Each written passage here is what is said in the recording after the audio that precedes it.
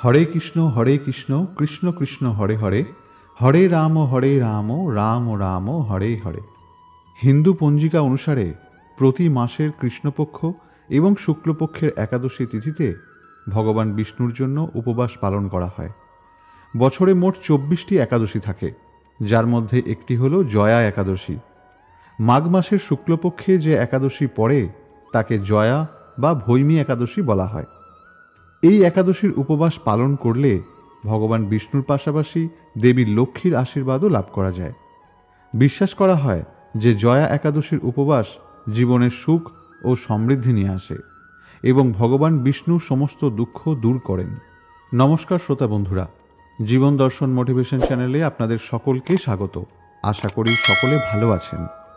আজ আমরা জয়া একাদশীর সময় এদিন কি কি করা উচিত এবং সবশেষে এই একাদশীর মাহাত্ম্য সম্বন্ধে আলোচনা করব।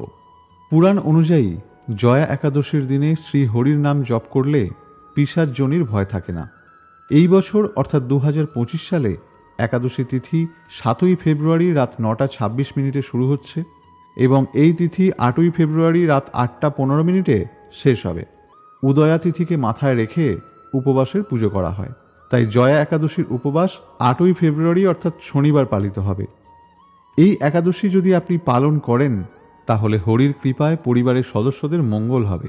যদি কোনো কারণে আপনি এই একাদশী পালন করতে নাও পারেন তাহলে একাদশীর দিন মা লক্ষ্মী এবং বিষ্ণুর চরণে একটি ফুল ও ফলকে অবশ্যই নিবেদন করুন এবং আজকের দিনে এই জয়া একাদশীর ব্রত কথাটি একবার শ্রবণ করুন। তাহলে চলুন বন্ধুরা, আর দেরি না করে জয়া একাদশীর ব্রত কথা শ্রবণ করে নিন। যুধিষ্ঠির বললেন, হে মহারাজ, মাঘ মাসের শুক্লপক্ষের একাদশী জয়া নামে প্রসিদ্ধ। এই তিথি সর্বপাপ বিনাশিনী, সর্বশ্রেষ্ঠা, পবিত্রা, সর্বকাম ও মুক্তি প্রদায়িনী। এই ব্রতের ফলে মানুষ কখনো প্রেতত্ব প্রাপ্তি হয় না। একসময় স্বর্গলোকে দেবরাজ ইন্দ্র রাজত্ব করছিলেন। সেখানে অন্য দেবতারাও বেশ সুখেই ছিলেন। তারা পারিজাত পুষ্প শোভিত নন্দনকাননে অপ্সরাদের সাথে বিহার করতেন। একদিন 50 কোটি অপ্সরাকে নায়ক দেবরাজ ইন্দ্র স্বেচ্ছায় আনন্দ ভরে তাদের নৃত্য করতে বললেন। নৃত্যের সাথে গন্ধর্বগণ গান করতে লাগলেন। চিত্রসেনের পত্নীর নাম মালিনী। পুষ্পবন্তী নামে তাদের এক কন্যা সন্তান ছিল। পুষ্পদত্তের পুত্রের নাম মাল্যবান। এই মাল্যবান পুষ্পবন্তীর রূপে মুগ্ধ হয়েছিল। পুষ্পবন্তী পুনঃ পুনঃ কটাক্ষ দ্বারা মাল্যবানকে বশীভূত করেছিলেন। ইন্দ্রের প্রতিবিধানের জন্য তারা দুজনেই নৃত্য গীতাদি দ্বারা সেই সভায় যোগদান করেছিল, কিন্তু একে অপরের প্রতি আকৃষ্ট থাকায় উভয়েরই চিত্ত বিভ্রান্ত হচ্ছিল। সেখানে তারা পরস্পর কেবল দৃষ্টিবদ্ধ অবস্থায় দাঁড়িয়ে থাকল। ফলে গানের ক্রমবিপর্যয় ঘটল। তাদের এই রকম তাল মান ভঙ্গভাব দেখে তারা যে পরস্পর কামাসক্ত হয়েছে দেবরাজ ইন্দ্র তা বুঝতে পারলেন। তখন ক্রোধবশে তিনি তাদের অভিশাপ দিলেন, রে মূঢ়, তোমরা আমার আজ্ঞা লঙ্ঘন করেছ, তোমাদের ধিক। এখনই তোমরা পিশাচযোনি লাভ করে মর্তলোকে নিজ দুষ্কর্মের ফল ভোগ করো। ইন্দ্রের অভিশাপে তারা দুজন দুঃখিত মনে হিমালয় পর্বতে বিচরণ করছিল। পিশাচত্ব প্রাপ্ত হওয়ায় তারা অত্যন্ত দুঃখ ভোগ করতে লাগল। হিমালয়ের প্রচণ্ড শীতে কাতর হয়ে নিজেদের পূর্ব পরিচয় বিস্মৃত হল। এইভাবে অতি কষ্টে সেখানে দিন যাপন করতে লাগল।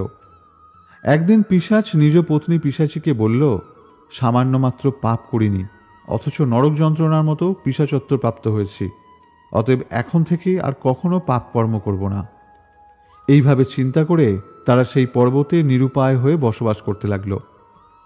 মাল্যবান ও পুষ্পবন্তীর পূর্ব কোনো পুণ্যবশত সেই সময় মাঘী শুক্লপক্ষীয় জয়া একাদশী তিথি উপস্থিত হল। তারা একটি অশ্বত্থ বৃক্ষতলে নিরাহারে নির্জলা অবস্থায় দিবানিশি যাপন করল। শীতের প্রকোপে অনিদ্রায় রাত্রি অতিবাহিত হল। পরদিন সূর্যোদয়ের পর দ্বাদশী তিথি উপস্থিত হল। জয়া একাদশীর দিন অনাহারে ও রাত্রি জাগরণে তাদের ভক্তির অনুষ্ঠান পালিত হল। এই ব্রত পালনের ফলে ভগবান বিষ্ণুর কৃপা দ্বারা পিশাচত্ব দূর হল। তারপর তারা স্বর্গে ফিরে গেল। দেবরাজ তাদেরকে দেখে অত্যন্ত আশ্চর্য হলেন। তিনি জিজ্ঞাসা করলেন, কোন পুণ্য ফলে তোমাদের পিশাচত্ব দূর হল?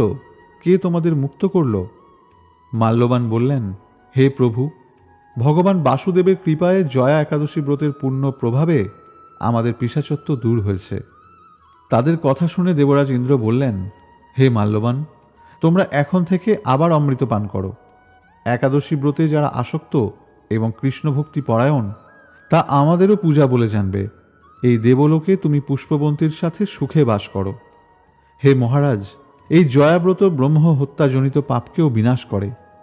এই ব্রত পালনে সমস্ত প্রকার দানের ফল লাভ হয়। সকল যজ্ঞ ও তীর্থের পূর্ণ ফল এই একাদশীর প্রভাবে আপনা হতেই লাভ হয়। অবশেষে মহানন্দে অনন্তকাল বৈকুণ্ঠ বাস হয়। এই জয়া একাদশী ব্রত কথা পাঠ ও শ্রবণে অগ্নিষ্টম যজ্ঞের ফল পাওয়া যায়। তাই সকলকে অনুরোধ, এই একাদশী ব্রত জীবনে অন্তত একবার পালন করুন এবং পিশাচজনী প্রাপ্তি থেকে দূরে থাকুন। প্রিয় শ্রোতা বন্ধুরা, আশা করি ভিডিওটি আপনাদের সমৃদ্ধ করবে। সনাতন ধর্মকে জানার জন্য এবং সনাতন ধর্মের মাহাত্ম্যের মাধ্যমে জীবনকে অনুপ্রাণিত করতে চ্যানেলটি সাবস্ক্রাইব করে রাখুন। যদি আপনার কোনো মতামত থাকে সেটি আপনি কমেন্টের মাধ্যমে আমাদেরকে জানান। সকলে ভালো থাকুন, সুস্থ থাকুন। নমস্কার।